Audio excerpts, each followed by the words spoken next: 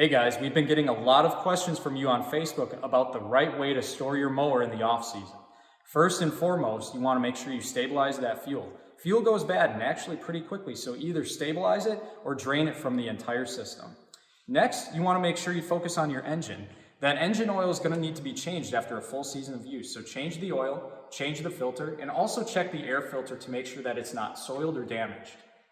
If it is soiled or damaged, you want to be sure to replace that. Next, disconnect the cables from the battery. Hook up a battery tender or a trickle charger just so that battery maintains a little bit of juice over the off season. Next, this is going to be a great opportunity to clean the grass and debris buildup underneath your deck. Refer to your operator's manual for instructions on how to remove the deck and remove the blades. Once the blades are removed, you can clean underneath the deck and get that debris out from under there. Also, this is a great opportunity to check your blades. Make sure they're not bent or damaged in any way.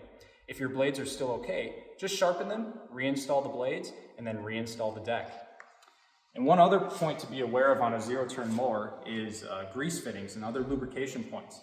If you have a grease fitting or a grease zerk on your caster fork hub or the caster wheel itself, you're going to want to pump a little bit of grease in there just to maintain that lubrication.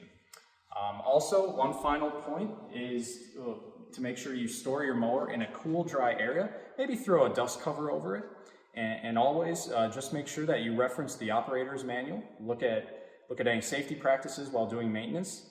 Refer to the operator's manual for details on how to do maintenance. And if you need any replacement parts, they can be found at your local Ariens dealer or at parts.ariens.com.